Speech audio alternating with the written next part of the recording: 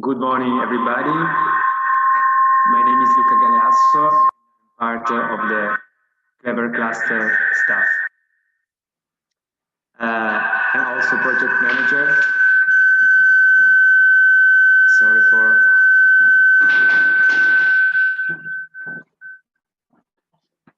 we have just a short technical issue to solve.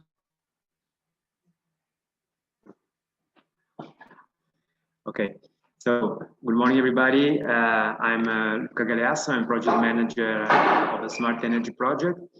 I welcome you to this first webinar of the Smart Energy project. We have 6 webinars dedicated to hydrogen technologies, and this will be the first one. We'll start today with this 6-pack series. Just a few technical information before starting. The session is recorded. If you want to make any question, you can use the function question and answer on the bottom of your screen. We will collect the questions and we will answer them after the end of the presentations, after the first half of the morning. And for those who have requested it, I remind also that all the participants that will follow all the 6 sessions will also receive at the end a certificate of attendance. Before presenting you how this webinar is organized, I simply briefly introduce the project and its main objectives.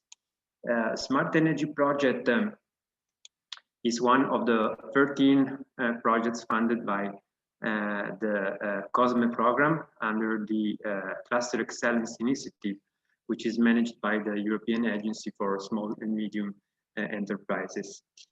We have basically 3 main objectives. The first one is to support companies that have developed solutions in the energy sector, in the industrialization phase, and in accessing new markets. In particular, through the development of innovative services we are working on in the project between our 6 partners that I will list after. The second main objective is to encourage and promote the integration between energy technologies and digital technologies. We really think that this integration is a big opportunity and a big challenge also to accelerate energy transition of the European Union and open new markets for companies working in the energy sector. And finally, the third main objective is to promote the cluster exchange program. This is a tool that is available for the clusters in this kind of projects, whose aim is to organize visits. So organize exchanges between companies which are interested, coming from different countries and different clusters, to exchange, to meet, and to cooperate between them. We have on board on this project 6 different clusters. Clever Cluster is the coordinating cluster of the project, and we have other 5 clusters. 2 of them are from region Renault in France, the Tenerdis Energy Cluster, and Minalogic, which is our digital technology cluster. 2 other clusters from Belgium, Tweed Cluster and Flux 50. And 1 cluster from Hungary, which is Arkenet cluster, particularly focused on the smart building sector. I really want to thank here all the partnership for the big efforts done till now in the project, for the great cooperation showed also till now, and for the efforts made in the organization of these virtual exchanges. I know them are participating in this webinar, so really, I really want to thank all the partnership. What are we expecting with these virtual exchanges? These exchanges should be physical exchanges at the beginning, with the possibility for companies to move from one country to another. As you all know, COVID-19 restrictions did not allow to make such exchanges in such way. And so the agency asked all the clusters to rearrange the exchanges, to find a different approach, and this is why we went to think about virtual exchanges. So our approach, our idea was to give value to the role that the clusters have as hubs for other organizations interested to discover regional innovation ecosystems, to find out collaboration opportunities with the regional innovation actors and the networks that the cluster have in the regions.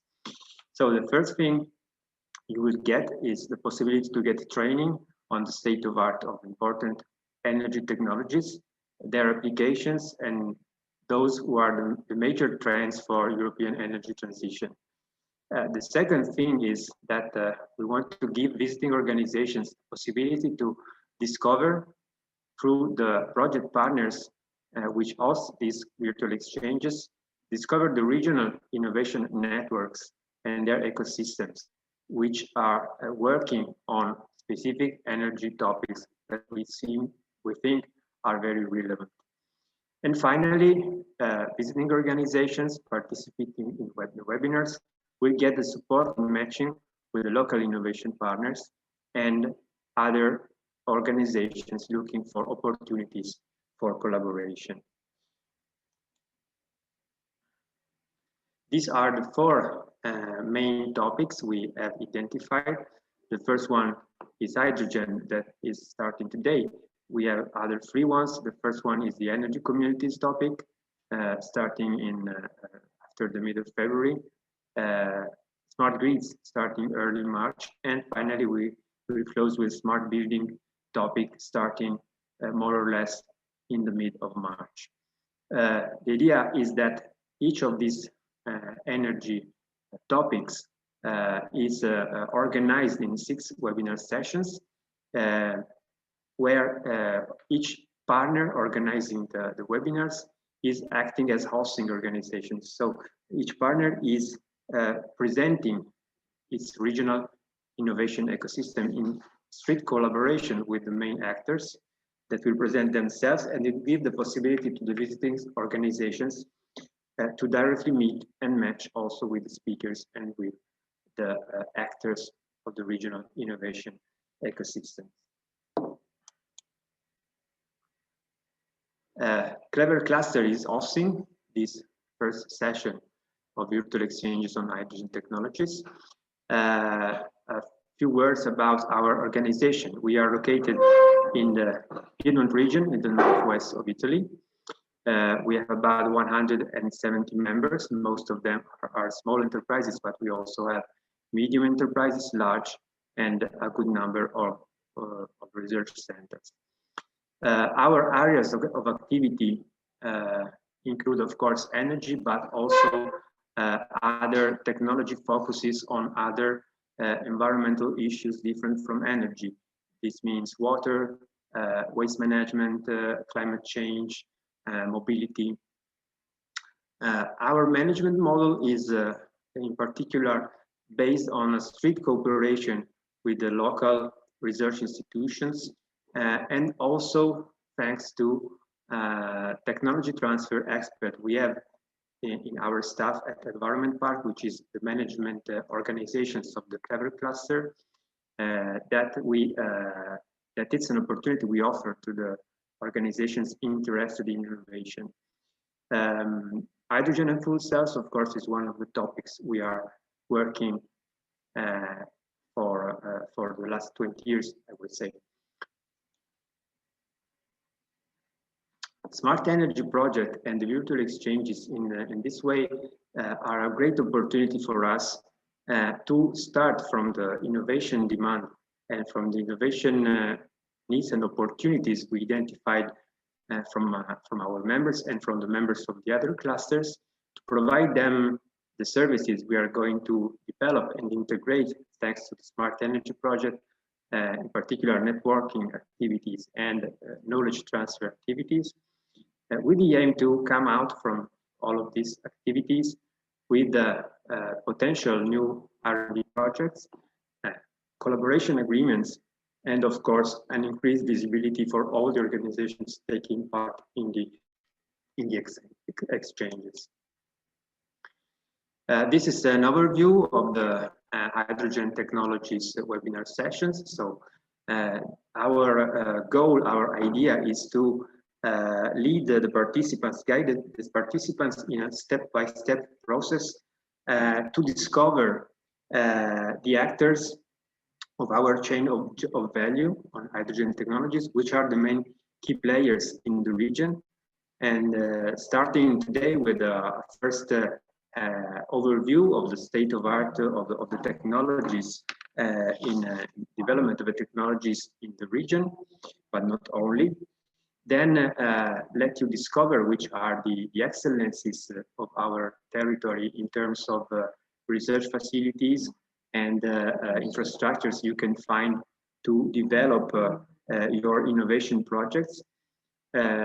Two webinars dedicated to the key players which are part of our ecosystem. So you will hear about pitches of the relevant organizations presenting their innovation development projects, their innovation strategies, which is their innovation agenda. And finally, two webinars, the first dedicated to some excellent projects which successfully contributed to innovate the technologies in the territory or develop innovative application for H2 technologies. And the last webinar with the goal, the aim to get information about funding and opportunities to industrialize solutions and access new markets. So this is the overview of the 6th webinar we will have. All the webinars are organized in two sub-sessions. The first one is made of presentations, and the second one, very relevant for you, is about include the possibility to meet the speakers. So a B2B session where you can meet the speakers, exchange contacts, and discuss about your ideas, about your opportunities. Let me also remind you this event we will have this afternoon. This is if you want to know about energy sources for alternative propulsion system. This is organized by our regional agency, CHAPE, is regional agency for investment and export. So we can say today is the Hydrogen Day here in Turin. There will be also two of the speakers we have involved in the virtual exchanges, Punch Torino and SNAM, which are relevant key players in the region. If you want to register, this is the link you have to access. Finally, I want to remind you that you have to book your meetings in the B2B session that will start at 11:30 till 1 o'clock. You have to click on the event link that you have received also together with the program of this day. Access the platform where you can create your account, log in, complete your profile, and book your meetings to share your opportunities with the speakers of today's webinar. Thank you very much. This was my introduction. And now I would leave the floor to my colleague, Sabina Fiorot, that will present us an overview about the actual state of art of the technologies and which is the potential of H2 technologies for different application. Please, Sabina, it's up to you. Thank you. Thank you, Luca. Good morning, everyone. I will try to put my screen.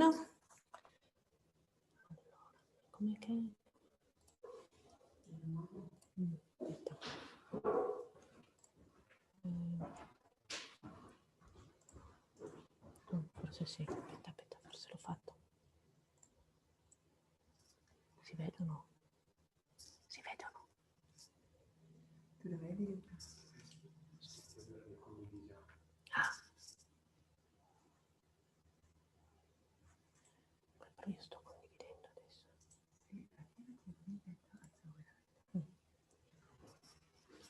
Dimmi se si vede.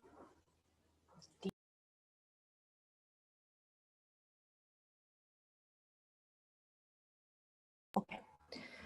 Okay, good morning, everyone. I'm Sabina Fiorotto from Environment Park, and I'm involved in all the hydrogen and energy storage activities in the park. So next week you will look on something and information based on our open lab based on hydrogen technologies. Welcome in this first section of presentation, in which I will give you just some overview of the hydrogen technology trend. The first consideration is linked to the decarbonization of and the Europe transition to a decarbonized energy system. The first interaction with this aspect started from the conference of the parties in Paris, in which some specific agreement were signed in order to keep global warming well below 2 degrees Celsius above pre-industrial levels, and to pursue efforts to limit the temperature increase even further to 1.5 degrees Celsius. So the main objectives of this COP21 are to reach specific target in the next years. For this next year was 20% of CO2 reduction, 20% of renewable energy, and also 20% of energy efficiency. So the next target in the 2030 is the 40% of CO2 reduction, 27% of renewables, and 27% of energy efficiency.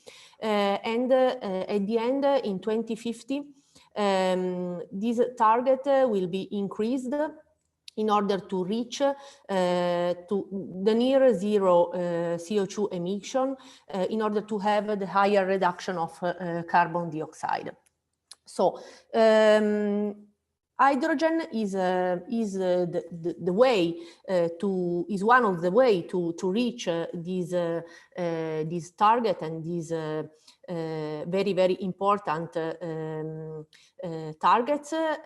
Hydrogen is a clean energy carrier, so in transport and energy applications, it generates electricity and heat with very high efficiency. There is the possibility for storage of renewable energy sources, and also can help the reduction of CO2 emissions. So hydrogen can help ensure the current rapid growth of renewable electricity continues, and also increase independence from unstable outside regions. Then in this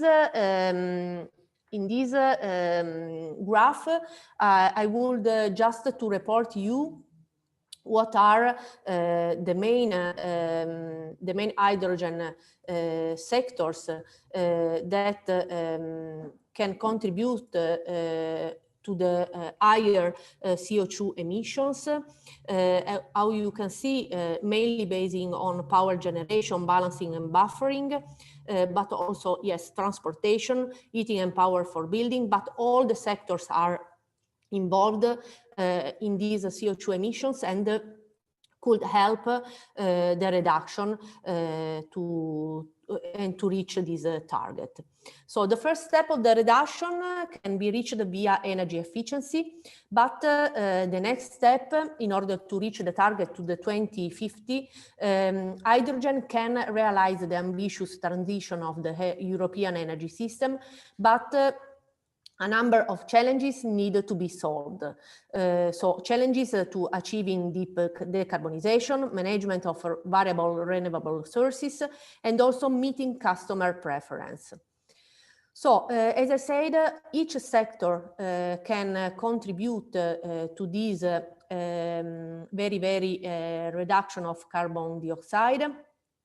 I have reported here just each contribute. So for power generation, with the integration of renewables into the power sector, and also via power generation from renewable sources.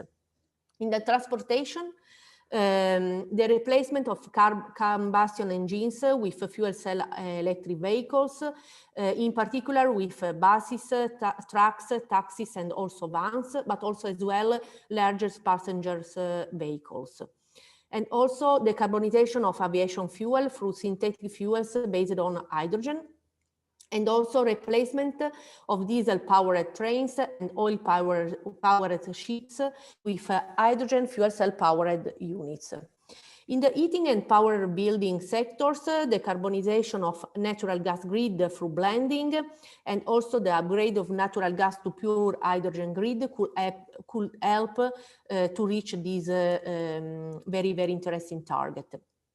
Then also in the industrial heat, replacement of natural gas for process heat, and in the industry feedstock, the switch from blast furnace to direct reduced iron steel, and also replacement of natural gas as a feedstock in combination with carbon capture and also final use. Then, as I said, hydrogen is the key to achieve the energy transition in an efficient and economically attractive manner in Europe. It could enable the renewable energy system via large-scale renewables integration and also power generation. It can distribute energy across each sectors and also through different regions. And it can also act as a buffer to increase system resilience. Then for the final use, hydrogen can help the decarbonization of some end uses in transport, industrial energy, building heat and power, and also feedstock. Then, in order to achieve the 2050 targets, as I said, hydrogen is the best choice to decarbonize key sectors. So to decarbonize the gas grid, the high-grade heat for industry and in steel, fuel cell or also synfuels for EV transport and long distance, and also ultra-low carbon hydrogen as feedstock. So, as I said, each sector needed to contribute to this reduction. Linked to the hydrogen to decarbonize the gas grid, the decarbonization of the gas grid that connect Europe's industry and delivers more than 40% of heating in Europe households and 15% of Europe power generation requires hydrogen. So using hydrogen in the gas grid can offer three major advantages over other decarbonization solutions for building heating. So full direct electrification of heating not flexible will require a significant increase in power generation and grid capacity that is used only in the winter. It is compatible with existing building stock compared to use of heat pump. So it's useful to consider that 90% of all buildings emissions result from buildings older than 25 years. And then infrastructure, skills and regulations already available and ready to be leveraged. 40% of all European households have gas heating as of today, making fast and convenient implementation possible. So in transport, hydrogen is the most promising decarbonization option for trucks, buses, ships, trains, and also large cars, but also for commercial vehicles where the lower energy density, high initial cost, and slow recharging performance of batteries are major disadvantages. Fuel cell electrical vehicle powertrains for trucks are cost competitive with battery electrical vehicles from 100 kilometer range, as you can see in this graph. And hydrogen refueling is 15 times faster than fast charging. So after 10 minutes of refueling recharging time, the fuel cell electric vehicle track is 90% charged and the battery electrical vehicle truck only 10%. Then the hydrogen recharging infrastructure requires between 10-15 less space and creates flexibles instead of peak load. And the fuel cell also require significant less raw materials compared to batteries and combustion engines.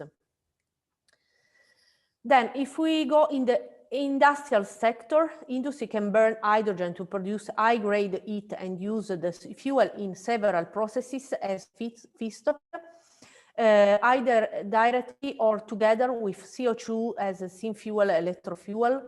And also, hydrogen can work as a reductant, substituting for coal-based blast furnaces. Only flexible route for decarbonization of steel in order to replace blast furnace with direct reduction process using hydrogen. A scale decarbonization of high-grade heat industrial processes via decarbonization route compatible with current processes, and also conversion of hydrogen production to ultra-low carbon hydrogen with decarbonization of hydrogen production. Were currently used in ammonia production, refining, and petrochemical industries.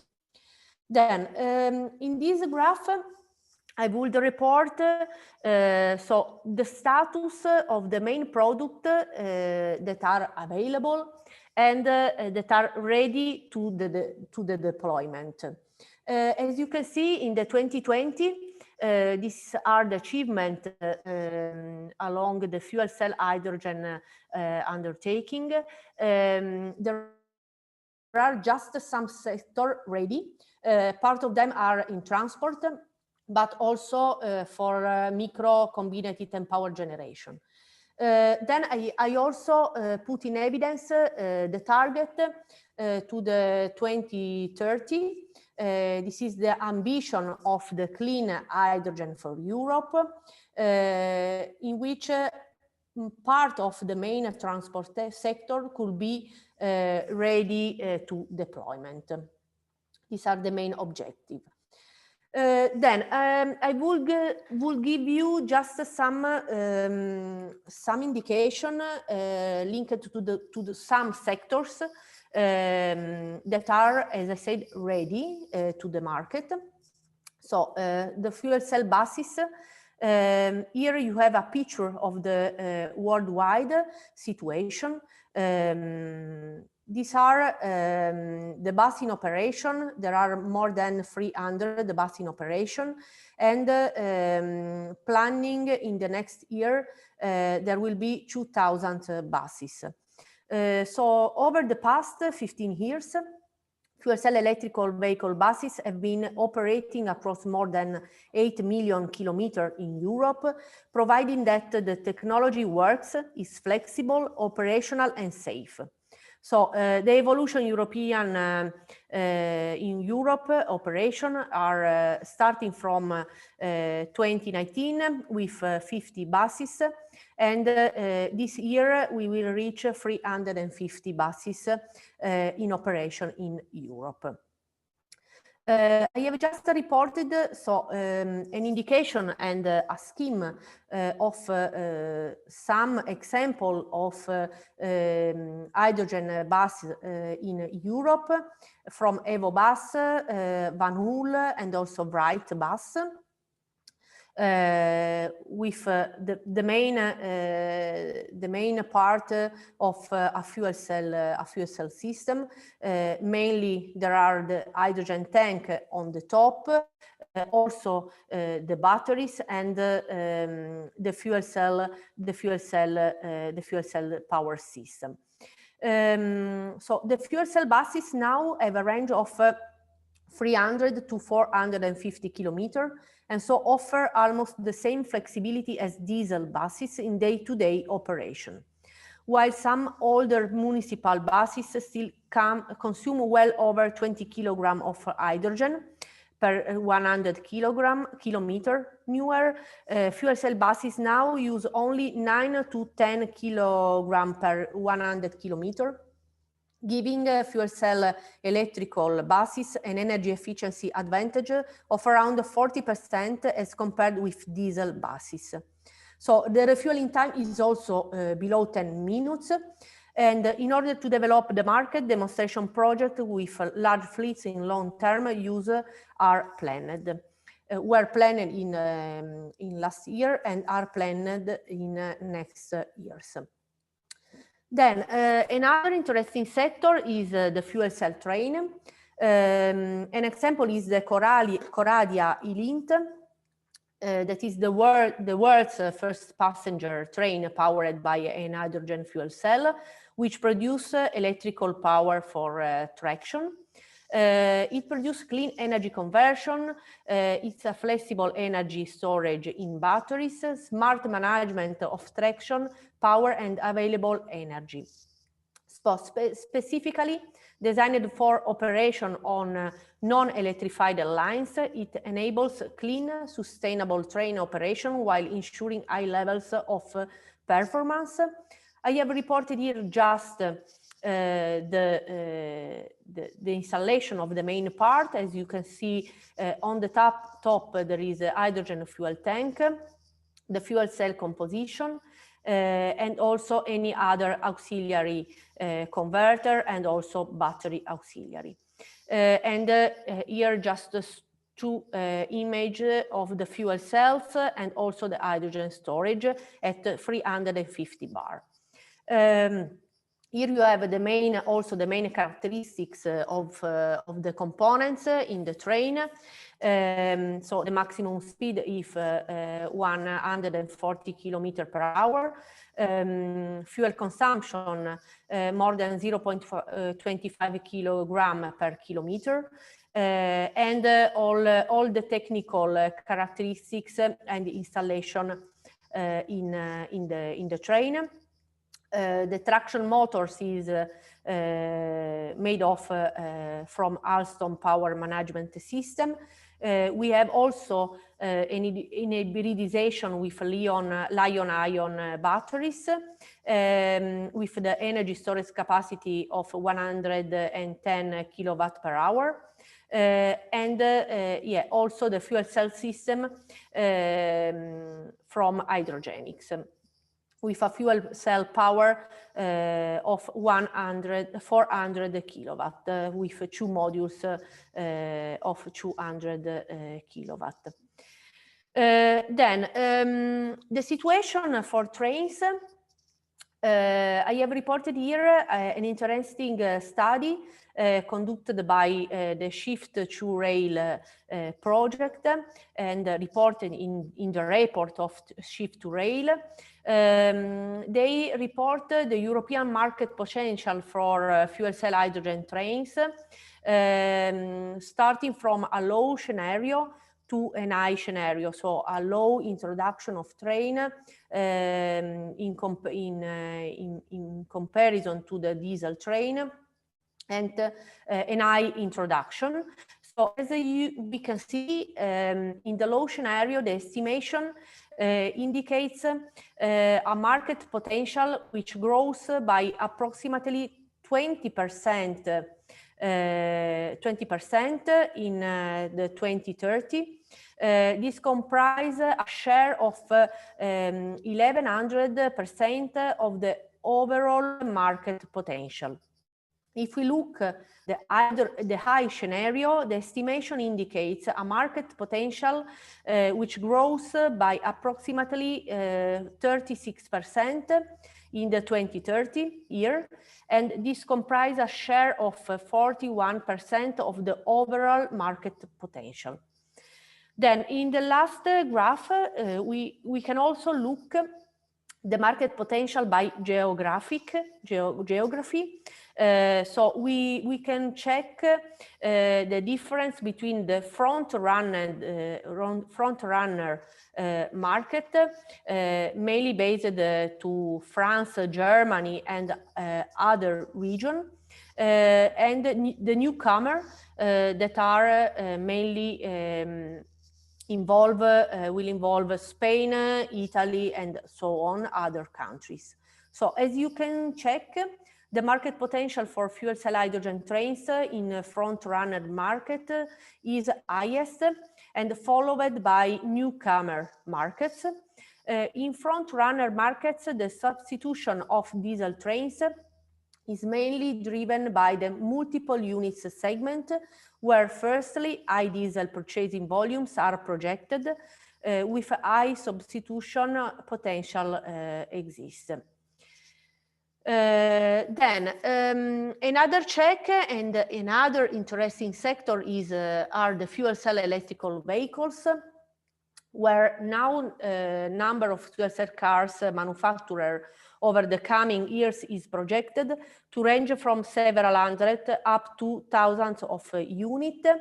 And I have here just for your use, I have put a scheme of how the fuel cell electrical vehicle is made, with the high pressure hydrogen tanks at 700 bars and the fuel cell stack.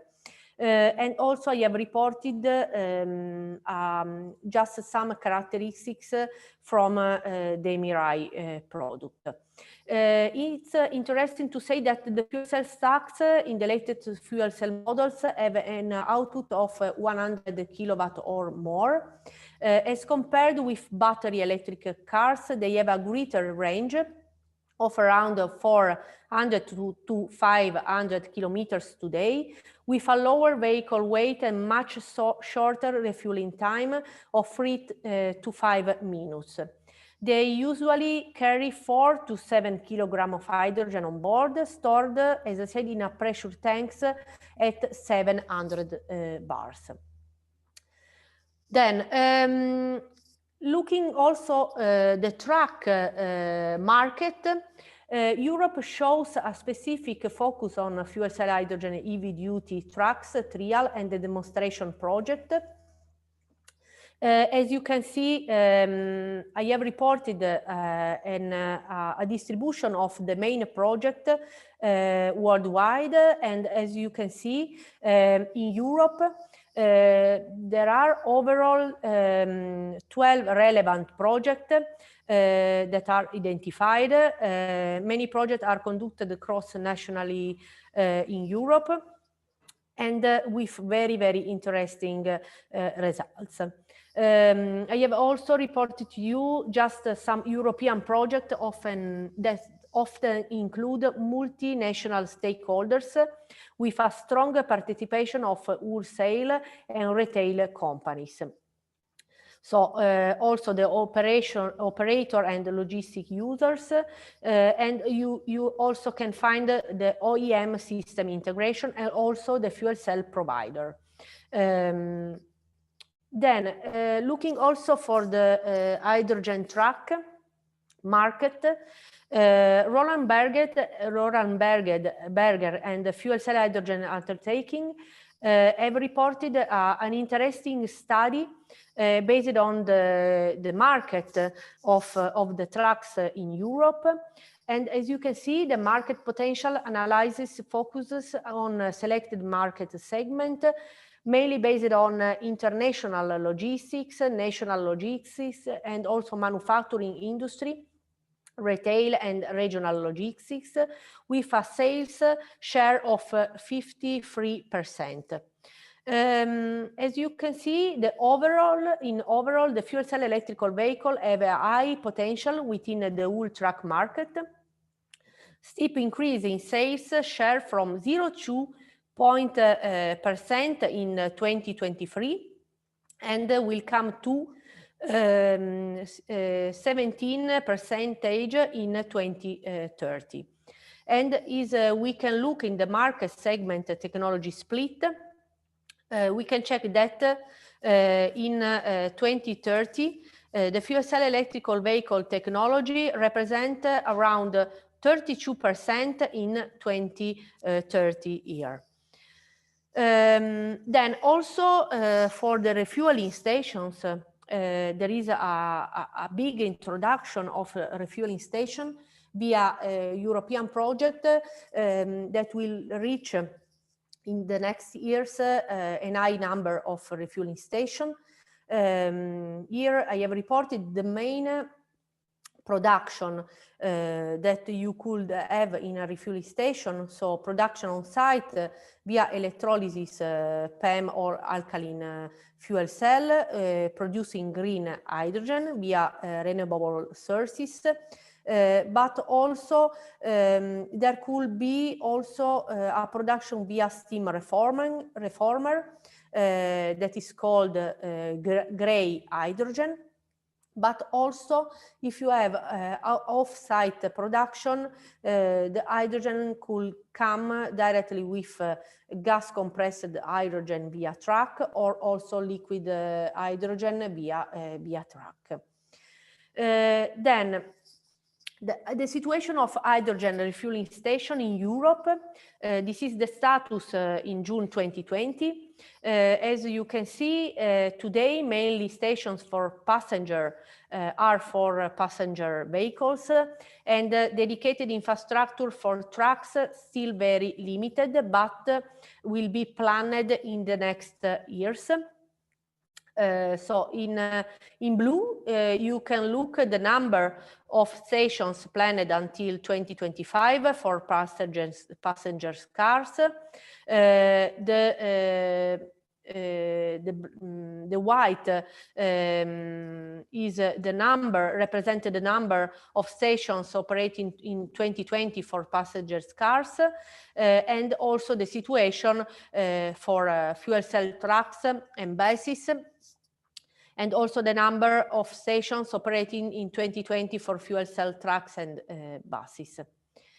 Then in this last slide, I could give you just an overview of the opportunities at European level. What were in the past the opportunities that are reached via the fuel cell and hydrogen joint undertaking, via a lot of program and implementation of a project. This was the status of fuel cell hydrogen 2 undertaking program implementation with 262 projects, with a very big support in money, passing through the energy sector to the transport, and also cross-cutting activities mainly based on standards, safety, education, and also consumer awareness. Where will we go in the next year? So within the framework of the preparation of the foreseen clean hydrogen for Europe, there will be, yes, a new program of new activities.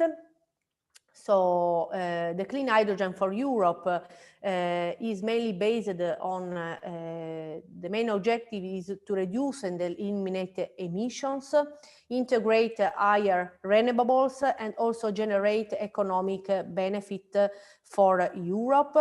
The main goal, as I said, are enable Europe hydrogen technologies, and also to link and also to overcome the missing link in achieving a sustainable and decarbonized energy system, with general objectives to accelerate the commercial maturity of hydrogen technology, enable at scale deployment capacity, and also ensure safe and frictionless deployment.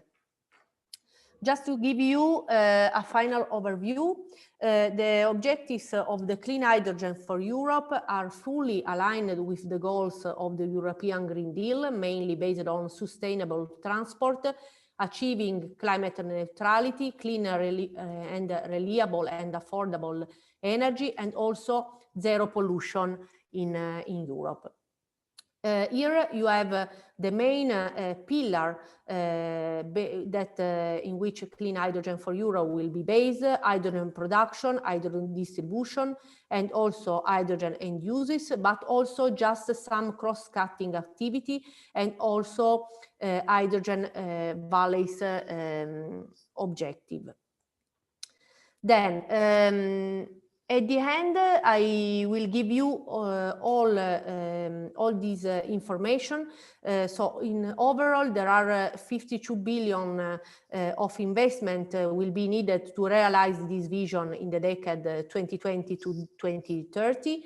And it's estimated that around 30% of the total will be needed for the partnership on clean hydrogen to deliver its target. It's expected that contribution will also be shared equally by the partners, industry and research, and also the European Commission. That's all from my side, and I will give you the word to Luca. Thank you, Sabina, for this presentation. I think you gave a really comprehensive first overview of which is now actually the state of art of hydrogen technologies, which is the potential of hydrogen technologies for energy transition and decarbonization, which are keywords for at European level now, and which are also the results already achieved and in terms of progress made of these technologies, and also which are the open questions we still have to answer for the next year. So thank you very much. Talking about perspectives and strategies, H2IT is the Italian Association for Promotion of Hydrogen at national level.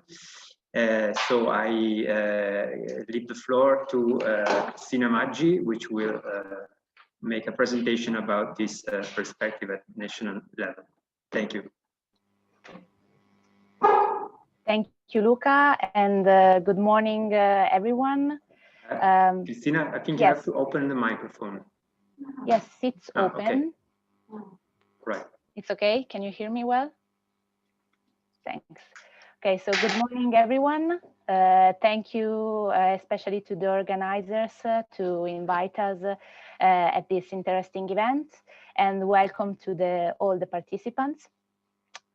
So today I would like to show you how is structured the value chain, the hydrogen value chain in Italy, and which are the main initiatives that have been implemented in Italy related to hydrogen, and which are the priorities and the strategic action to support the growth of a strong value chain, hydrogen value chain in Italy. So I share my screen, so I think you can see my screen now. Okay. So today I represent, as Luca said, H2IT, the Italian Hydrogen and Fuel Cell Association. I'm Cristina Maggi, and I'm the director of H2IT. As you can see from this slide, H2IT gathers many different actors in the hydrogen sector. So we gather a lot of industry and small and medium enterprises that work in the hydrogen sector, and we also gather research institutes, university, association, and other entities that work in the hydrogen sector. We are also part of the Hydrogen Europe network. It's important for us to show you a little bit of the how we structure the hydrogen value chain in Italy. So we represent the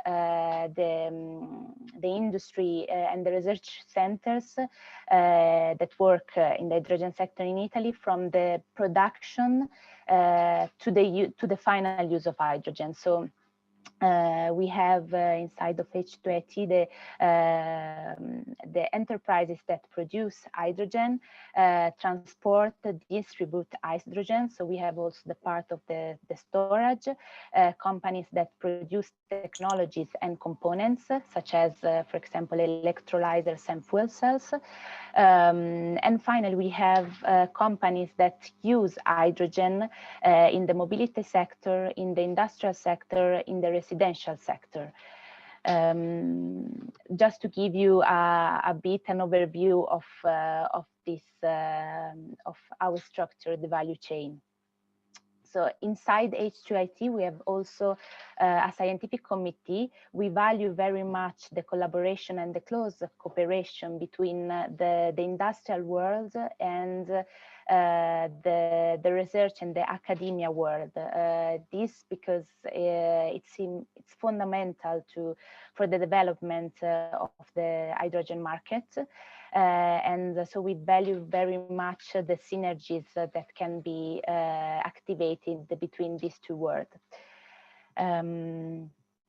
So our objective is, of course, promote the progress and the technology related to hydrogen, to the production, storage, and utilization of hydrogen in Italy.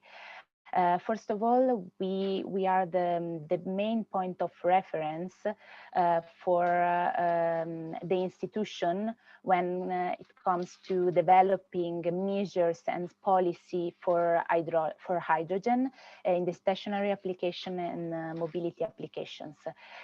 So we have the objective to support the government in insert hydrogen in the legislative framework.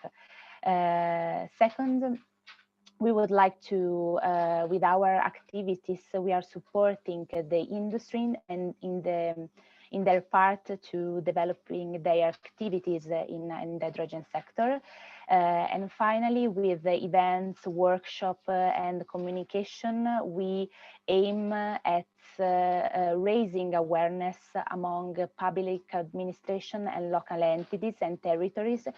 We value very much this action because we think these local entities and territories are fundamental players and key actors to develop projects, hydrogen project in Italy. So as the speaker before me said, they already underline that hydrogen is a key factor, it's a key energy vector for the decarbonization of the energy system. I would like to add that hydrogen is also a key asset for the economic growth, especially in this period after the pandemic. So support the development and the growth of the hydrogen value chain. It will give for sure a big economic impact. So I would like to go through a little bit to the main hydrogen initiative that have been implemented at international and European level so that I can make a comparison with the Italian initiatives. So starting from 2016, the Hydrogen Council has been formed. This is a global initiative and an industrial initiative. So it comes from the industrial world that gave a long-term vision for hydrogen to support the energy transition. In 2019, Australia launched the Innovation Challenge 8 on hydrogen. Many states participated to this kind of mission, and also Italy is participating, and it's concentrating its objectives in the technology development mainly. Always in 2019, the Linz Hydrogen Initiative was launched by the Austrian presidency, and it's mainly a political initiative. In fact, the European ministers of energy in Europe participated and signed this initiative. In 2018, has been let's say, after FCHJU platform, so the funding for research and innovation for hydrogen,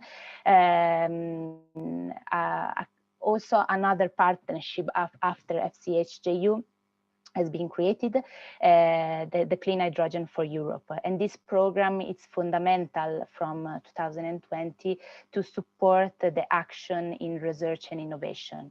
In 2019, hydrogen has been identified as a strategic value chain. And so member states, European member states are creating the important project of common European interest.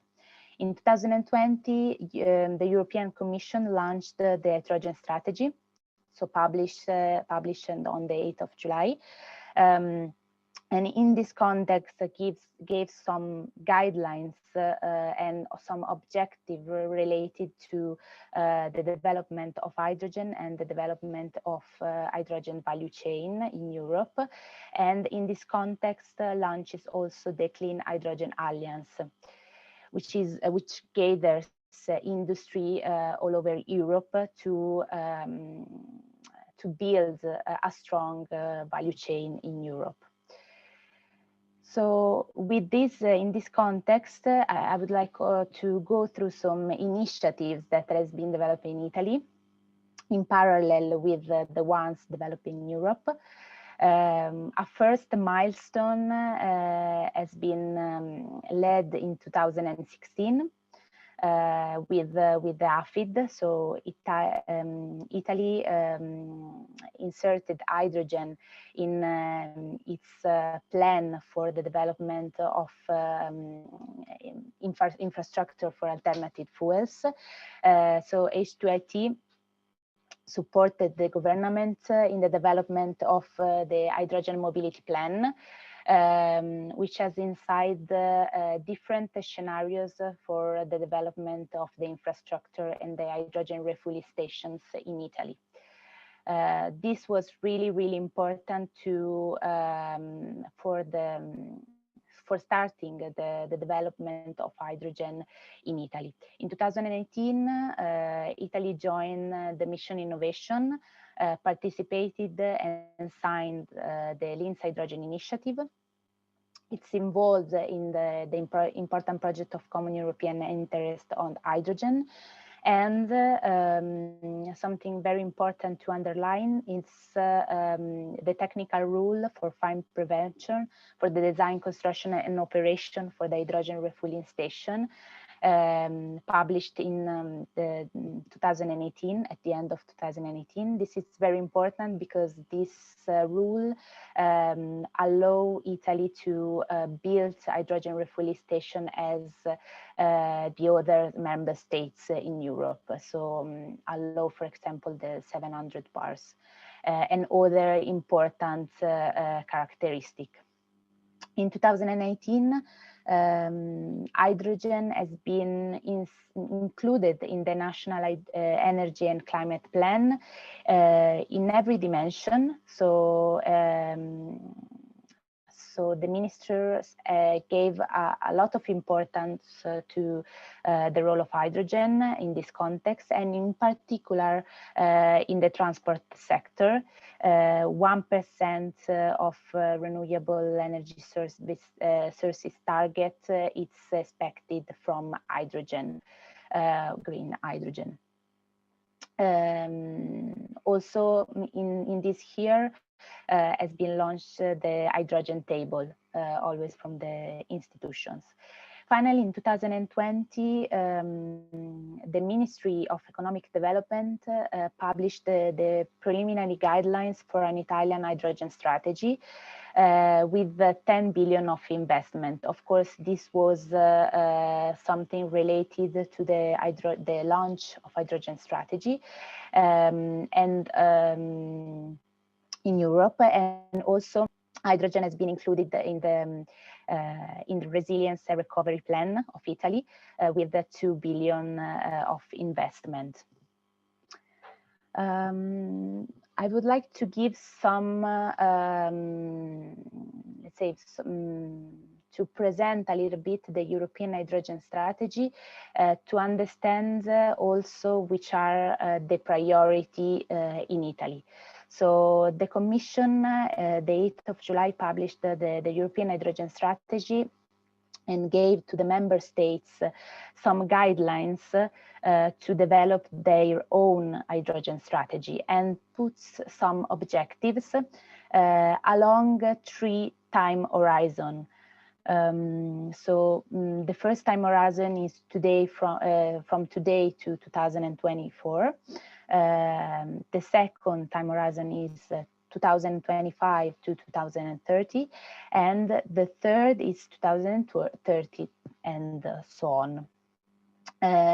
This object, all the hydrogen strategy developed by the member states must concur together to this objective that the European Commission put in the hydrogen strategy. So, for example, from today till 2024, 6 gigawatt of electrolyzers for the production of green hydrogen are expected in Europe, with also electrolyzers with big sizes for the production of 1 million tons of green hydrogen. From 2025 and 2030, this capacity installed and it's a big, let's say, amount. The objective is 40 gigawatt of electrolyzers installed for the production of 10 million tons of green hydrogen. This is the objective of the European strategy, and the strategies, the hydrogen strategy of the member states must concur to reach these objectives. Finally, from 2030, the objective of the European Commission is that hydrogen will represent the 25% of the final uses. So this is the final objective. So after this publication, Italy decided to implement its own hydrogen strategy. That's why the Ministry of Economic Development published some guidelines that give some priority of action for the Italian hydrogen sector. And this is very important because with this launch, they ask for, they launch is also a consultation, so ask for feedback from the operators. These strategies and these preliminary guidelines as important objectives, and I would say also ambitious objectives. So, for example, hydrogen will, in 2030, will represent 2% of the energy demand.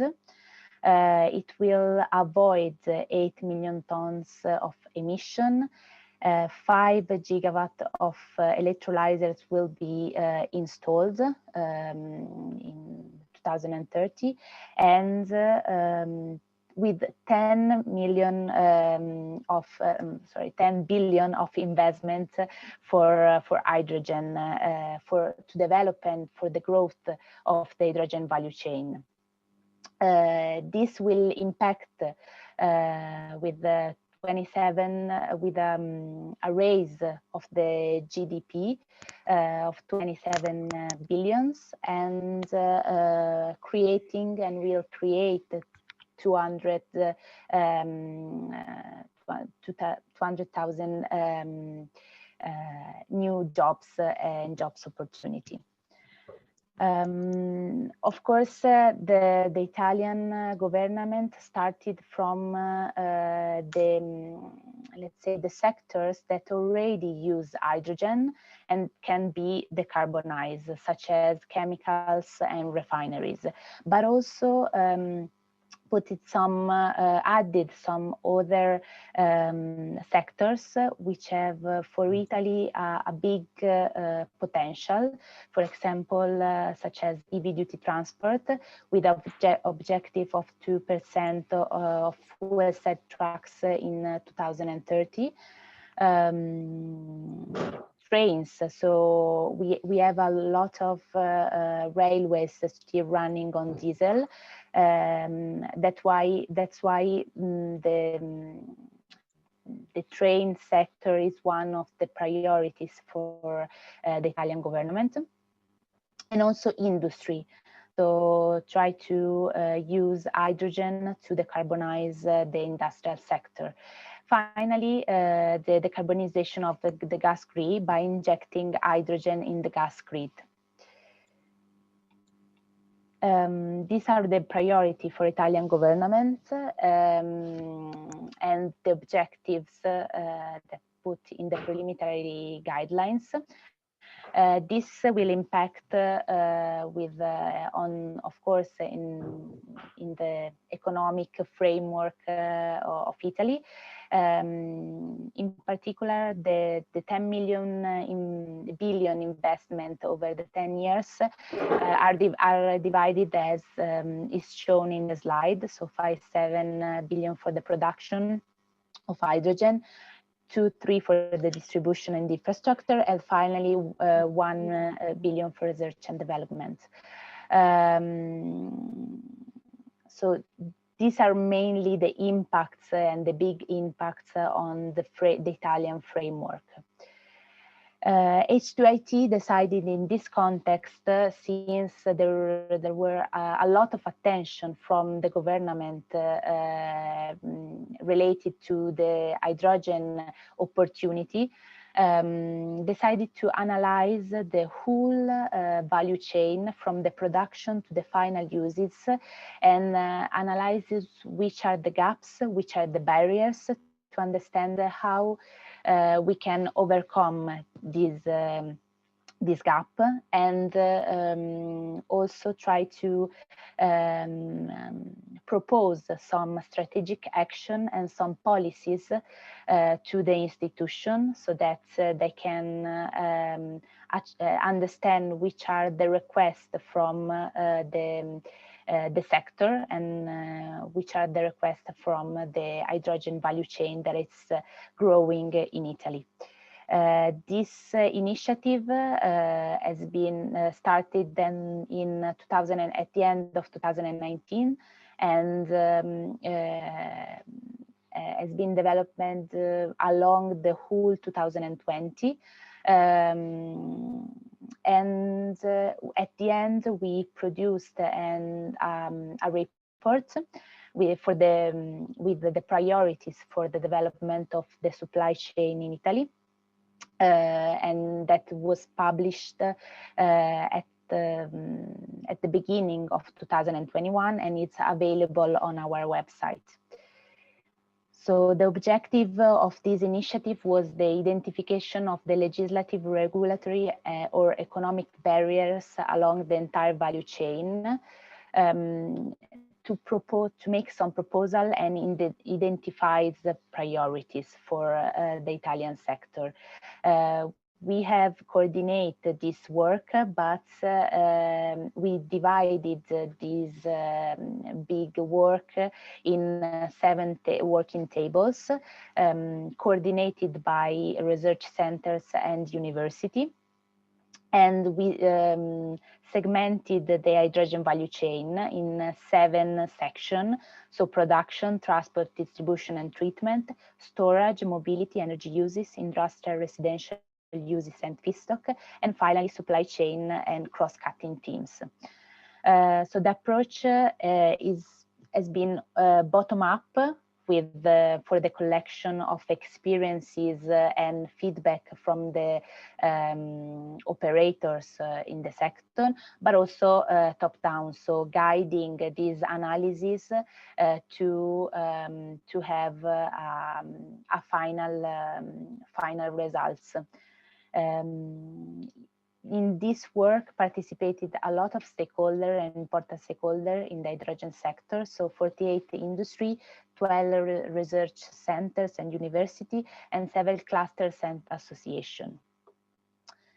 I would like to show you the most important conclusion of this study. Of course, if you want to go deep in the study. You can find it on our website. It's a 60 pages report, and for each segment of the value chain, priorities and policies are proposed. So you can go deep in, for sure, to understand better which are the priorities for the Italian sector. I try to resume these priorities in these 7 points. So first of all, we need to define a long-term strategic role for hydrogen in the Italian framework, and this is going to be done along with the hydrogen strategy. So we need also a clearer legislative and technical regulatory framework, at least for the industry to invest and clearly in the sector. Of course, there is a need of the certification of renewable and low emission hydrogen. This is also a very important European theme. So it's for sure a European topic in discussion. For the importance of research and innovation along the entire value chain, and the close cooperation between the industrial world and the academia. 5, the development of the hydrogen refueling infrastructure. This is very important. Right now, Italy has just one public refueling station and 2 private refueling stations. 6, of course, a strategic collaboration between the Hydrogen Valleys project and a close collaboration with the territories. And finally, raise awareness on hydrogen technology and the social acceptance of the technology. This is very important because hydrogen will be part of our life in the next years. In these slides, there are some priorities related to the implementation of projects. So we have seen that hydrogen valleys and the ecosystem that are built around the hydrogen valleys are the perfect start for building an hydrogen value chain. We have to enhance the development of the electrolysis technology and support the production of the electrolysis, and also define the regulatory context for insert this technology in the energy system. Support the development of the demonstration project in the context of hydrogen transport and networks combined with storage solution. Enable the production of hydrogen with carbon capture and storage, or from renewable from biomethane. Promote projects for the use of hydrogen to decarbonize the industrial processes. So we talk about refinery, chemical industry, steel industry. And finally, try to support the development of the application of the hydrogen technology for mobility. In different type of mobility, so car, bus, rail, maritime application, EV duty transport, and also material handling. In this context, H2IT in 2019 developed the update, the hydrogen mobility plan, and extended the scenarios to all type of mobility. Also, this kind of report can be found on the website and is published and public for consultation. So I think I have concluded my presentation. So I hope it's clear, and I'm available for questions. Thank you. Thank you, Cristina, for your presentations about what's happening at national level, which are the national strategies, which are the priorities in the agenda, at Italian level in the transport sector in particular, but not only in the transport sector, and which is the agenda for the long term and short term. So thank you. Now we can talk a little bit more about perspectives, but this time more at the regional level. So what's happening in Piedmont region? And I leave the floor to David Damosso from Environment Park for his presentation. Thank you. Thank you, Luca, and good morning. I am Davide Damosso. I'm the Director of Operations here at the Environment Park, the Technology Park for Environmental Innovation based in Torino. I will share with you my presentation, and hope this is the right way. Okay. Okay.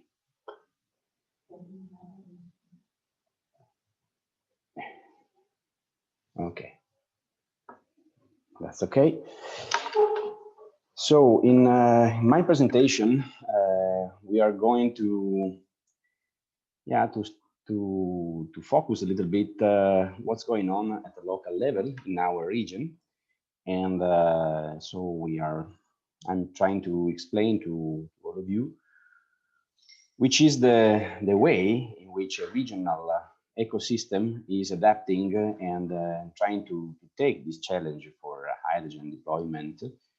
In all its values, from the environmental point of view to the competitiveness point of view, and I will explain to you which is our role as a technology park in this process.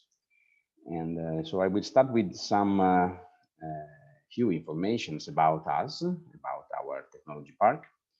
So Environment Park is a clean tech oriented techno park.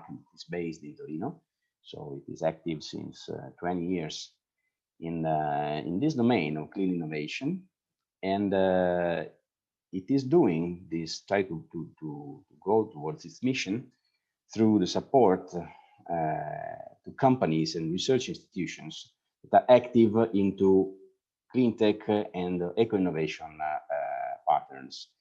And these services are split into two main areas. One is the infrastructure of the park itself as a service, in order to host at the best, in the best way, innovative activities performed by companies and research institutions, and through some support services to innovations that are delivered by our company that is owning and managing the park. In the picture, you see like a green spot among in the city, and it is our infrastructure, our campus, that has been conceived 20 years ago as a sustainable infrastructure in order to give to the building itself like a demonstration on how sustainability can integrate all the economic activities. Some figures, as I said, we have been working since 20 years in this sector. We normally run and operate more than 100 contracts in a year for innovation services. And we operate even some so-called open lab facilities where some technology trends are treated and are a basis for joint initiatives and projects between companies and research institutions. By the way, hydrogen is one of these trends and is the target of one of these open lab infrastructure. I will explain later. The company managing the park is a profit organization whose shareholders are listed here. And just to give you an overview, the majority of our ownership is in the hands of institutions. So the regional government, this municipality of Torino, the Metropolitan Area Authority. And then we have representatives by the production and economic environment, so the Chamber of Commerce, some utilities that are active into energy and environmental sector, and the Employers Federation. So in the structure itself, you can see the integration among the institutional feature represented by our public bodies as shareholders and the economic and industrial framework. And this gives to us the double feature to be an operational arm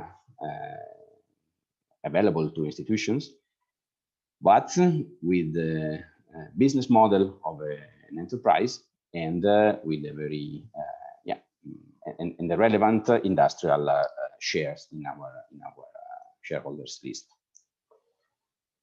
Just a few words about our business model that is actually split into two areas, into two pillars, as I said before. On the left side of the slide, you see what we call the infrastructures. So this is what we offer to tenants. We have more than 30,000 square meters of surfaces, and that are rented to our tenants. Integrated to this offer, there is a portfolio of services related to the location into the park. And so there is nowadays a community counting more than 70 entities and around 500 to 600 people working daily in the center. We have a conference center, and then we have even some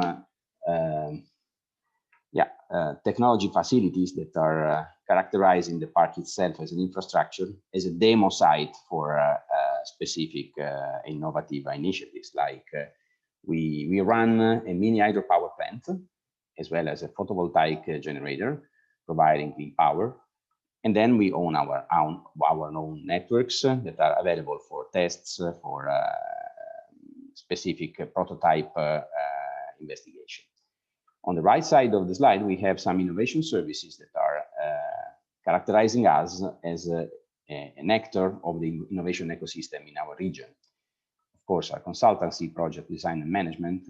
We have, as I said, open lab facilities for experimental activities. And last but not least, we are one of the managing entity of a regional innovation cluster, particularly dedicated to clean tech, grouping more than 150 companies that are cooperating on a yearly basis on industrial research programs. Below, you can find some keywords in which we are particularly active, and hydrogen is included into the advanced energy box. And this is a specific sector that we started to work on years ago, as I will explain in a minute. So this is more or less which is Environment Park. And summarizing, we are a public-private institute that is running on eco-innovation mission. We offer facilities, we offer infrastructure and support in terms of services to all the regional ecosystem. And in this framework, we crossed the hydrogen and fuel cells trend years ago. I put here a number that is 2005 as the year in which we started working on hydrogen, and we establishing our first experimental facility into the park, thanks to a joint venture between some companies and research institutions. This laboratory was called the Hydrogen System Laboratory, so EasyLab, that worked as an R&D laboratory, as a test facility, as a training infrastructure, and more than all, as a competence center to help the projects, initiatives on the territory, working with companies in a moment in which hydrogen has been launched for the first time to the public, and the first hype on this technology occurred. And in the curve that is represented into this slide, there is a typical shape of what's going on when a new technology is launched in terms of visibility versus maturity. And this is exactly what we lived starting working on hydrogen in those age. So 15, more than 15 years ago. There was this technology trigger that was starting a very, very high popularity of the word hydrogen. There was a peak in this popularity.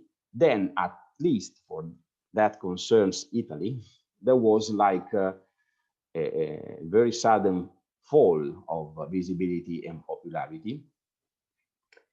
Probably is not the same situation in all the European countries. I'm sure that is, but for Italy was this was exactly what happened.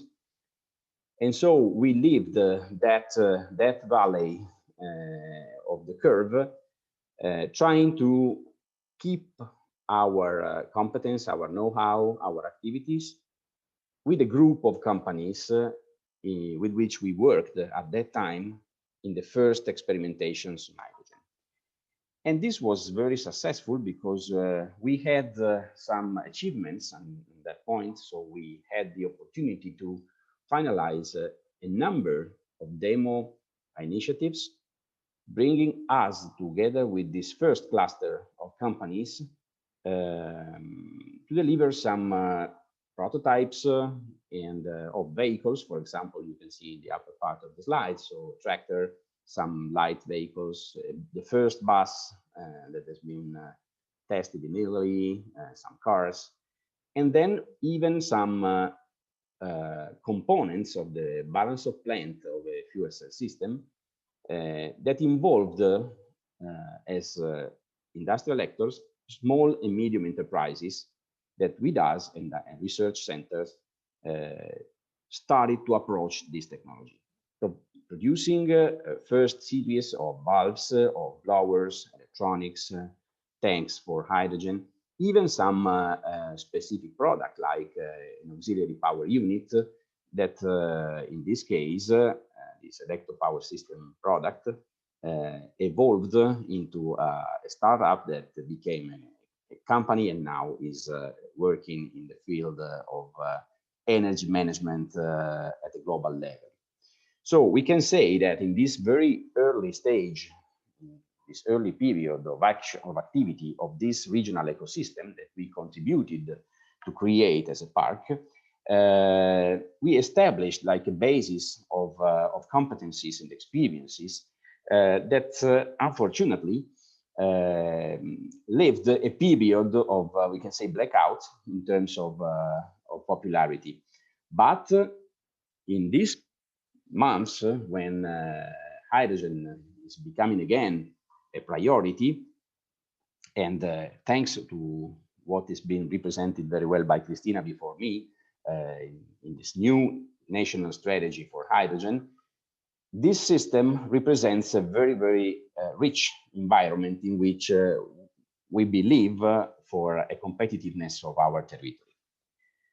Going on along the line, the timeline, what we lived as a regional ecosystem is that probably the only funds that were available to go on with research industrial activities and demonstration and so on were to participate to the European initiatives on hydrogen.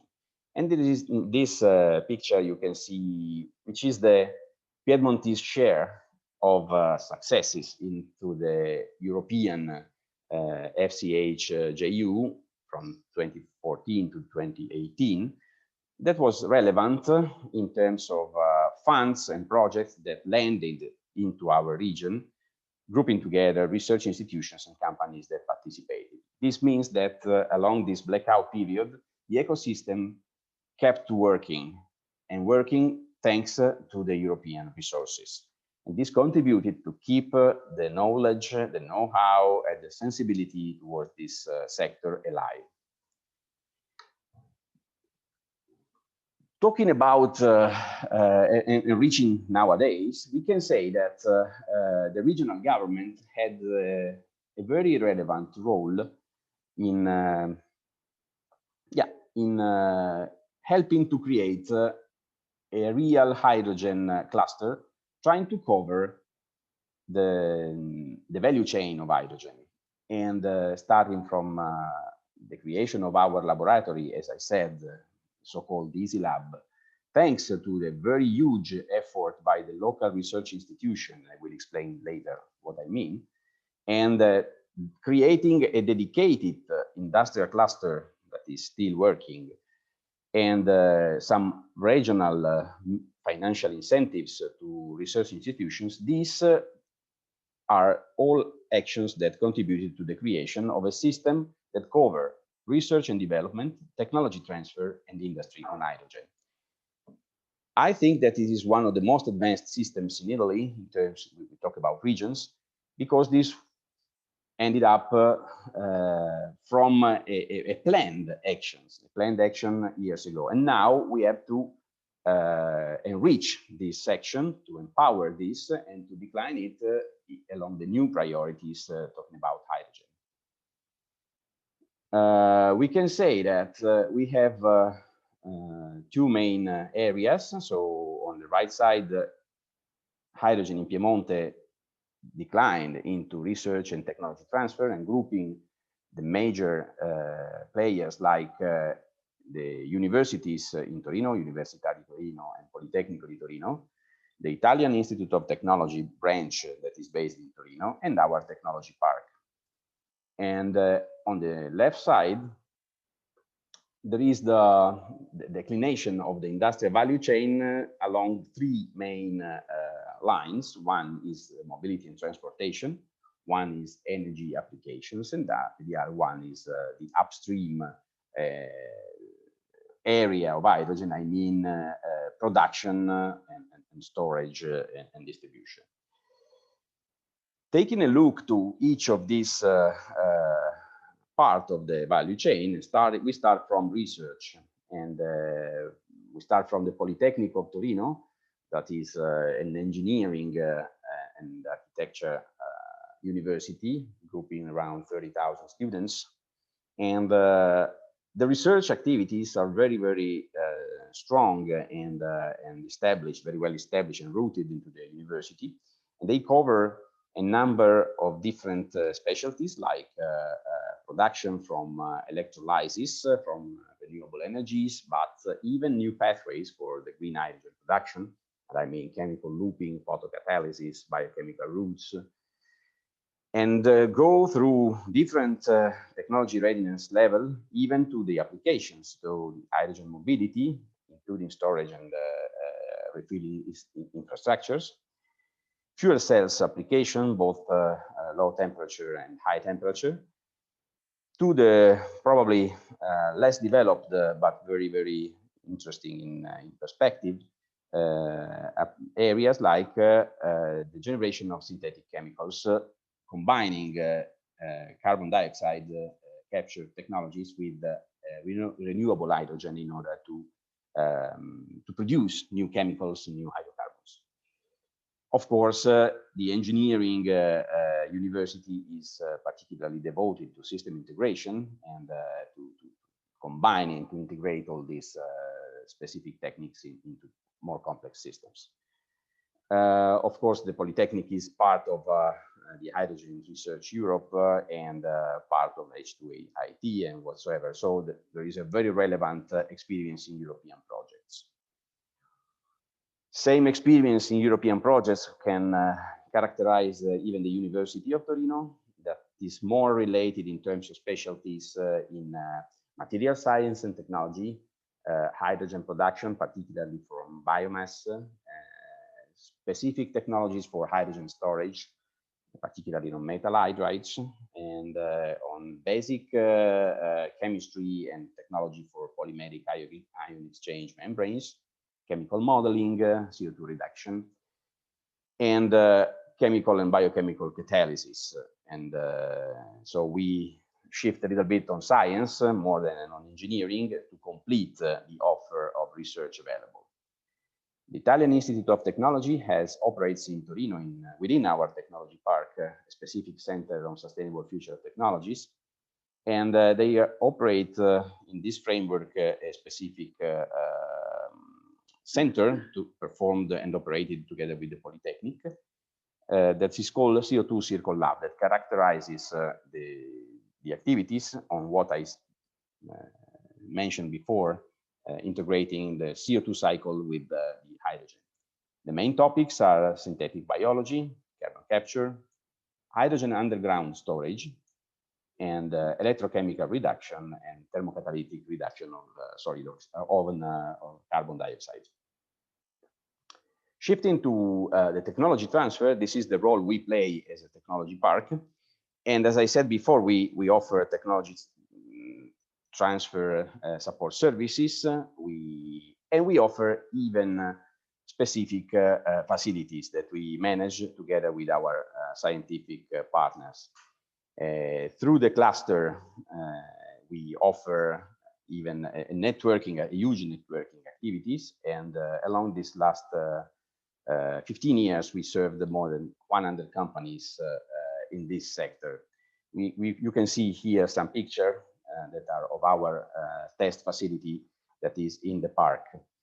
More in details, we set up this safe area where activities on hydrogen are possible, and there are several test benches available for different domains of activities in hydrogen and fuel cells, from single cells to stacks to electrolyzers to several applications. And the area is very, very flexible and can be adapted to host different test benches according with the needs of companies and universities. So this is like an open space that is a platform where people can join and develop specific projects. Going to the value chains, and we shift to the industrial side of the story. Of course, the region Piemonte is particularly known for its tradition on transportation and mobility, and so probably we have even in the hydrogen and fuel cell area more the same particularly feature. So transportation and mobility list probably the most important industrial players active right now. And we have head of the value chain, and I mentioned some names on the right part of the slide. So FPT, Powertrain Technologies, Iveco, Punch Torino, in the automotive heavy vehicles, you can say. We have a very important Alstom plant for trains that have started very recently the project to develop the first Italian hydrogen train to be deployed on non-electrified areas, and one of the main plants is in our region. Then we have a very strong tradition in real hydrogen activities in the aerospace sector. So Avio Aero and Leonardo Space are two big industries that have plants in Torino. And then we have a very relevant presence even in the very basic technology of PEM fuel cells through the presence of a Solvay plant in our region that is producing for the global market special polymers for PEM fuel cells. I mentioned even some even Stellantis and CNH because there is a strong integration of hydrogen in the wider sector of electrification of mobility, and there is a significant participation in the IPCEI, industrial project of common European interest on batteries landing in Torino. And this is, in our opinion, a very relevant part of the story. Talking about significant projects, as I mentioned, the Italian hydrogen train and the Iveco hydrogen fuel cell truck that is developed by this company and will be probably on the road in 2023. Furthermore, we have a number of small and medium enterprises that is not possible to list here, but they are very, very active and experienced in the H2, and so they create a very interesting ecosystem for the activation of the national value chain on hydrogen. Shifting, okay, and I'm talking about small and medium enterprises. This is more or less what we are studying as a park to support the startup of this value chain. So we split, for example, a fuel cell power system into boxes, into particular components and sectors. And for each of these, there are companies, small and medium enterprises already active in this. And so this is the basis, and this is the ecosystem that is ready to go in the investments that are ongoing for the Italian strategy on hydrogen mobility. Going to the upstream part of the value chain, so the production, we register a very huge interest by utility companies, particularly energy companies, that are very, very active in integrating hydrogen in their business model, putting available their assets, energy assets, and trying to add hydrogen in their portfolio. Iren, particularly, that is the fourth utility company in Italy that is based in Torino, is very active in this.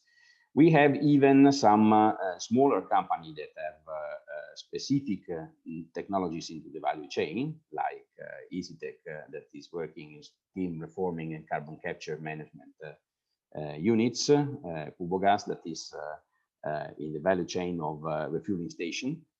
And as well, there is a growing interest even from other SMEs that are proposing their own specialties and know-how for this part of the value chain itself. Same for energy, in which again we have utilities, and then but we can register even energy, but also hydrogen as a feedstock, we can say.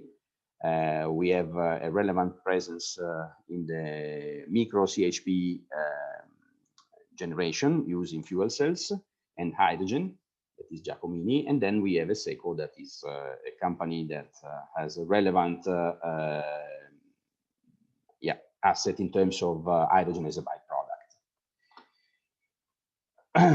So more or less, as you can see, in our region, there is a very structured approach. There is a wide coverage of the different parts of the value chains. What's going on now? So there is a strategy in place at the regional level. There are some strategic action needed. And of course, at a national level, even at the regional level, there is a need to set the hydrogen role in a long-term strategy. And it is what we are doing with the regional government. We have to maximize this integration of R&D and competence center with the industrial chains. And as I said, we are exactly working on it. And there is the need to establish a relationship with other territories, but this is probably the subject of the presentation after mine. And in terms of specific initiatives, there is a permanent thematic work group that is monitoring the implementation of the strategy. And this involves the regional administration and some structures of technical support, and the environment park is part of it, in order to monitor the implementation of the strategy and even opportunities and even to set up specific projects. The elaboration of the initiatives, and this is probably the final message that I would like to give, for our region is exactly following two main schemes. So one side, we perceived and we recognize hydrogen deployment as a key factor in order to comply with the Paris targets for to exploit its environmental and energy value.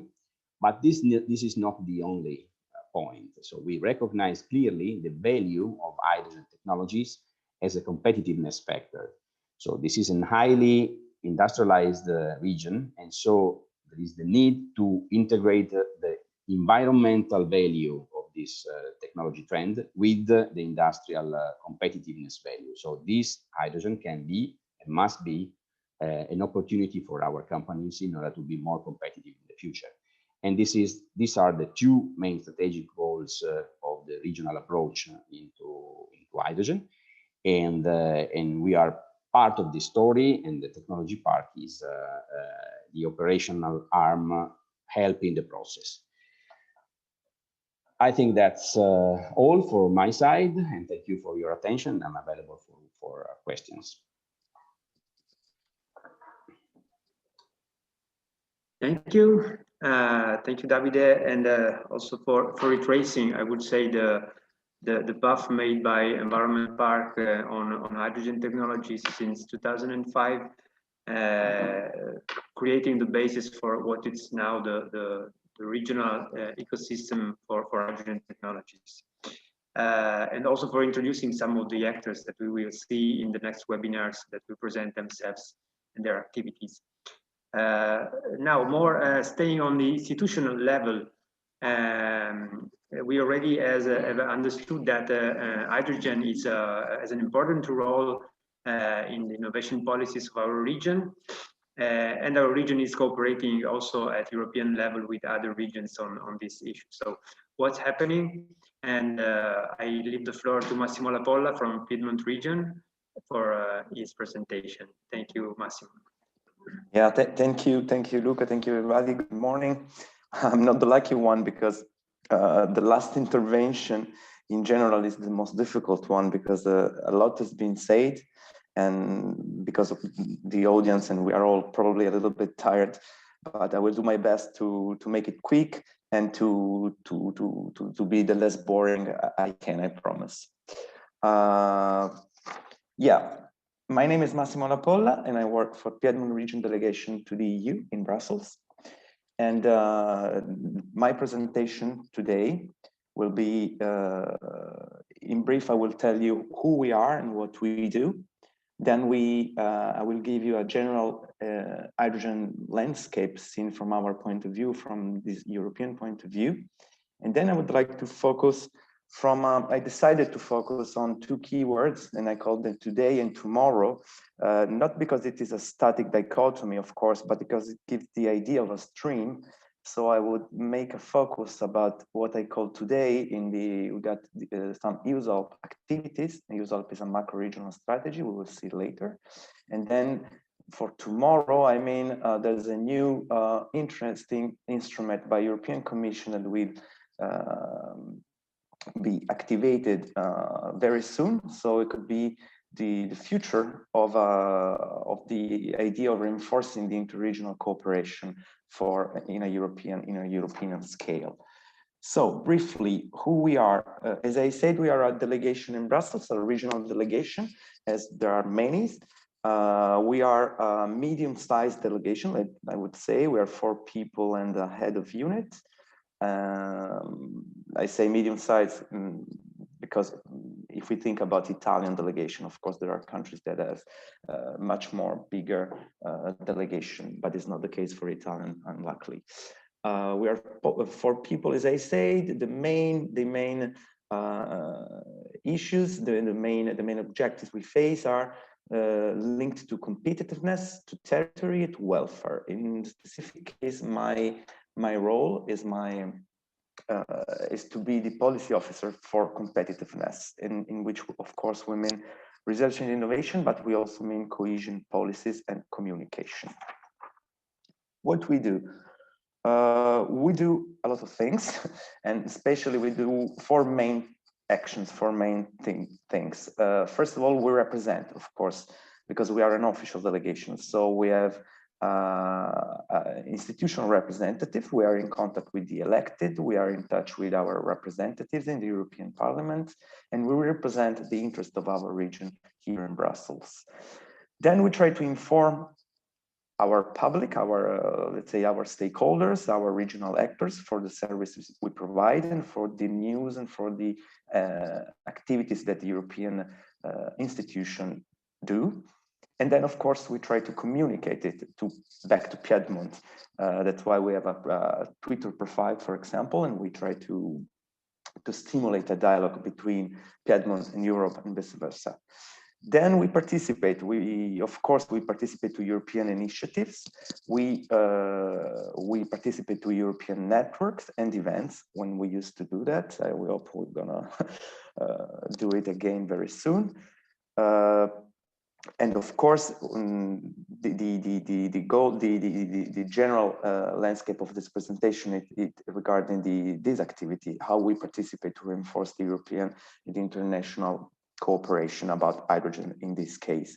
Last but not least, we try to influence. I mean, of course, we do a policy orienting activity. We call it lobby. It's an institutional lobby, as we all do here. And we try to help the legislator, the European legislator, to make better laws. And this is quite simple, I think. So in the slide, you could see which are the main actors involved in this activity we do. So the European Committee of the Region, of course, the European Parliament, the Commission, and the Council. On the right side, you will see the instruments and the networks and the association in which we belong. And it's very interesting to see that we participate to specific regional networks. For example, Vanguard Initiative is a very famous one, and we'll tell you something about later. But we also have some alliances between regions. The most important for us, of course, is the so-called Euroregion Alpes-Méditerranée that involves Piedmont, Liguria, and Valle d'Aosta for Italy, and Région PACA, Région Sud PACA, et Région Auvergne-Rhône-Alpes pour la France, for French, I'm sorry. So this is a little bit the general screen about our environment in which we play. And talking about hydrogen, and because of course, we do lobby not only about this issue, but we do in this period, as Davide D'Amosso said, it is a very magic word, hydrogen. So we are very busy on it. Talking about the general landscape in which, I mean, this is our framework in which we move. So from the territory to European scale, of course, we are going to write to approve a regional strategy on hydrogen. That, of course, doesn't mean that we didn't do anything by now, as you've seen with the presentation that was before me. Of course, this regional strategy must be coherent with the new S3. So, and will be in line with new instruments that the European Commission, the European institution launched after the COVID crisis. And of course, when I say this, I talk about the REACT-EU, the recovery plan, and all the actions that are going to be implemented in the future months. About the national strategy, Christina explained it very well, so I would skip it. And the same thing about the European strategy. I think you all have the elements of general introduction, so I will not go further. But I would spend some seconds about telling you something about the macro-regional strategy. It was called EU's-Alpes macro-regional strategy. I mentioned it before. So we go to the first point of today's presentation, that is called Today. These are a little bit our ongoing initiatives that I divided into bilateral cooperations, multilateral cooperation, alpine cooperation. This is a kind of specific multilateral cooperation, of course, and then we have a pan-European cooperation. When I mean bilateral cooperation, I can tell you that Piedmont region, of course, has historical relations with other regions. I would mention the most historical for us is and also on this subject, it is the cooperation with our region in France. The most recent agreement we have done together, was signed on 2019. It was called Alpi Verdi, Green Alps.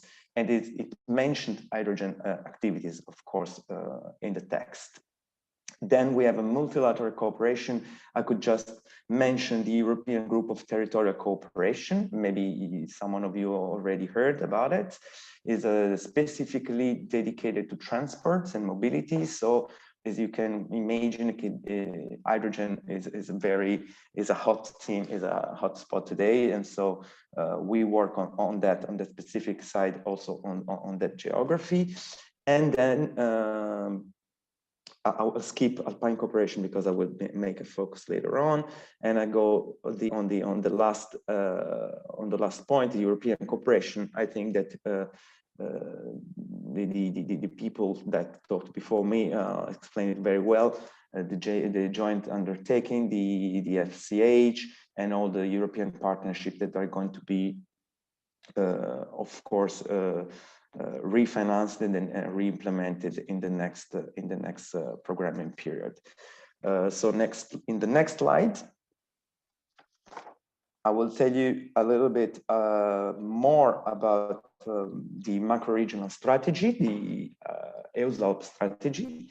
I don't know if you already heard about it. Maybe our some friends from France and Germany and Austria already heard about it. In brief, a macro-regional strategy is an integrated framework that was endorsed by European Council. They decided to create 4 European macro-regional strategies, and the goal is to address common challenges faced by a defined geographical area and their actors that benefits from strengthened cooperation, contributing to the achievement, of course, of social, economic, and territorial cohesion.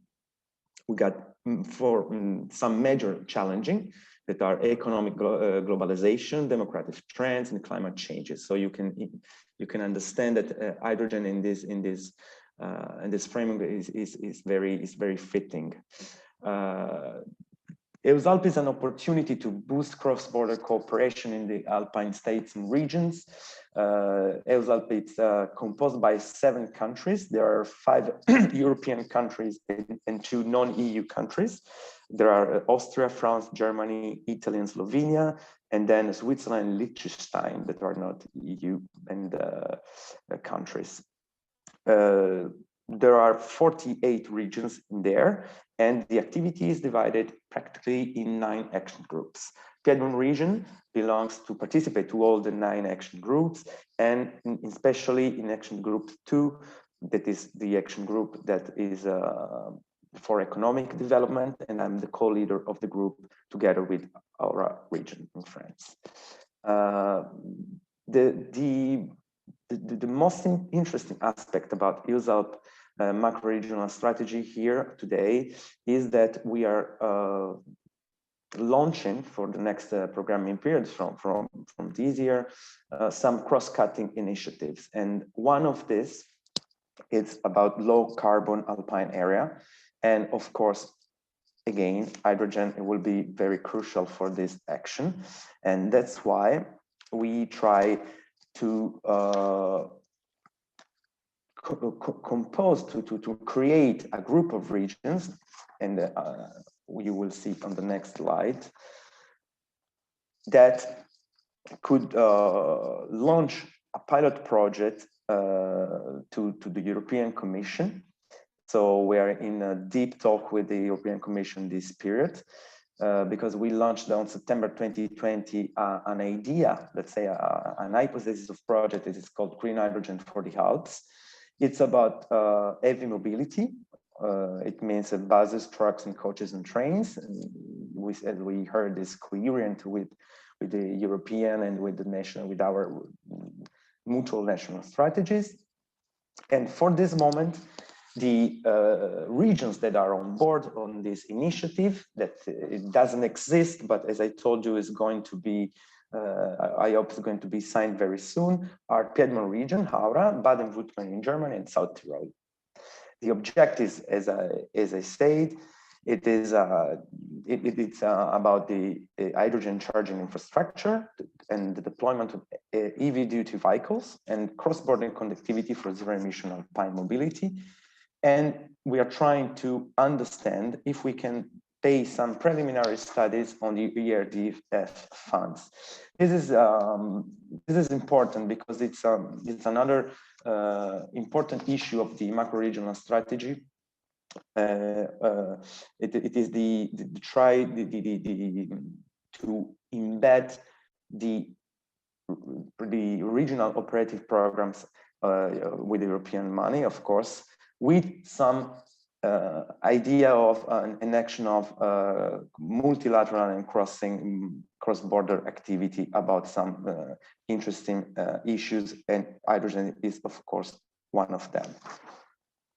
So, talking about tomorrow, as I said, is not a long future, but we all hope it is a near future. We got something that is we are already used to, and I think everybody knows Horizon Europe. So in the new partnership, we will have the possibility to continue to strengthen our cooperation, as Davide said, in the JU, in the active GU. Piedmont stakeholders and actors are very important in the Italian perspective, and we hope we continue to give our contribution on the next programming period. The focus I would like to give you today about this second part of my presentation, it's about the interregional innovation investment. This is we call it a new kid on the block. It's a brand new action that is going to be launched by European Commission. This is born as a lobby activity consequence of some European networks, as I mentioned before, Vanguard, for example, but ERIN network that maybe you already heard, were very active and proactive on trying to convince European Commission to launch a measure like that, and the efforts were positive. So we appreciated the European Commission launched this new initiative.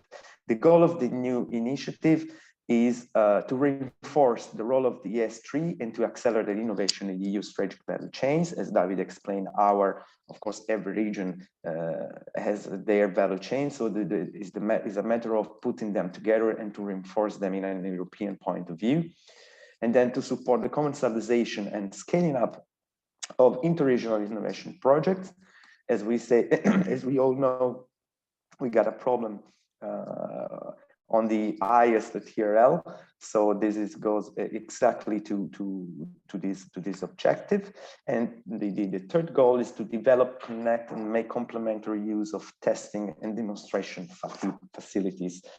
And as we see on the previous presentation, we have a lot to share with other European partners. Yes, just very briefly to describe, I'm not, of course, as I said, I'm not from European Commission, so this is not an official presentation of the initiative, but I would like just to give you some quick information about how it is interesting for us region, and then of course it would be I would suggest to contact directly the DG region that will manage this initiative, and of course we are and I am at your disposal to go deepen a little bit for what we understood so far. So as I said, it is about TRL very, very high, so from 6 to 8. Of course, it's for all for all Europe regions. It is foreseen that they're gonna invest €500 million. It's not that much, but it's not less. Then it's gonna be directly and indirectly managed by European Commission. This is very crucial. And it's gonna stay under the ERDF regulation. It is important because it makes clear there's a measure for ecosystems, and it is dedicated to local and public authorities. The duration of the project is 3 years. So they're gonna launch some calls. The first one is foreseen for next summer. It is the main beneficiaries is going to be SMEs. So it is. I hope and I think it could be interesting for you, for the audience today. it must be at least, the consortium must be at least for regions, 5 regions and countries. And it's foreseen that the budget for coal is going to be 40 million euros. It means that they're gonna finance 4/5 grants, but about 8-10 millions per project. The idea is to make it set up it as a cascade fund. So the public authorities, for example, regional authorities, could sign the grants, and then of course they could share the grants with the partners, with the public and private partners. The eligible cost for this action are expenditures linked to productive investments, piloting in companies, and then the type of investments are interregional investment in companies to accelerate, as I say, the market uptake and commercialization. So it is dedicated to innovative solutions and services for scaling up regional and local S3s, of course, in S3 strategic and priority areas. So this is a little bit what I would want to tell you. So we got something that is on our pipeline today. A lot is going to be launched in the near future. So we are always ready and optimistic about creating new relation and to reinforce the cooperation, European cooperation. So I think that in the future we're gonna work hard about this issue about hydrogen, and of course we will do it with all the energy that it takes, and with the very open to improve it, to enlarge our cooperation with other regions and with other European actors. Thank you very much for your attention, and good luck for everything for everybody. Thank you, Massimo. Good to hear about these promising ongoing cooperation initiatives at regional level. And I think that this will also create possibilities for clusters to operate and cooperate with the regions in the implementation of what's happening at the level of cooperation. So now it's time for questions and answers. I see a question from Fauzi Laway, who says, thanks for the presentation. What about the security level of hydrogen technologies? I suppose this question is for Sabina Fiorot, if you want to say something. Yes. Hydrogen is a gas. So what we need is to know better what are its properties, and in order to make it safer to handle and to use. What is necessary to know is there are a lot of properties that make it safer. For example, it's a non-toxic gas, but it's much lighter than air, and also it dissipates rapidly when it's released. But as some part of the gases, it has a wide range of flammability. So what you need to know in order to manage it is to perform safety analysis, and also to have engineering controls in order to ensure its safe use, putting leak sensor, and also just some flame detectors. But after to know these specific characteristics, it's safe to manage. It's also interesting to say that the fuel cell hydrogen undertaking launched also the European Hydrogen Safety Panel, an initiative that supported the main project in order to assuring that hydrogen safety is adequately managed, and so also to guarantee all the safety aspects. And as I said, and as you looked in all our presentation, there are a lot of projects, and also the status of the technology is ready to market. So we can consider that hydrogen is a safety gas, and also all the parts and components are safe. Thank you, Sabina. We have another question. Before, I just wanted to say that we also have the possibility to for a short break. And this is on the screen. You can see the link to the B2B platform, which is available starting from 11:30. And we'll leave this slide on the screen active so that you can use the link, and we are available to support you also during the break if you need to get support to register and book your meetings.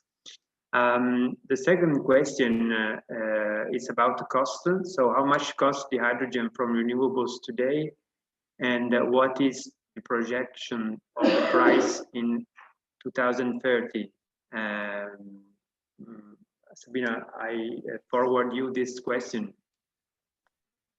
Yes, if we consider green hydrogen, so as you asked from renewables sources, today the cost is near to 10 kilogram euro per kilogram. It depends, yes, on the cost of the energy where we produce hydrogen, how much is bigger the plant for the production. So there are just some points that can influence the total cost of the production.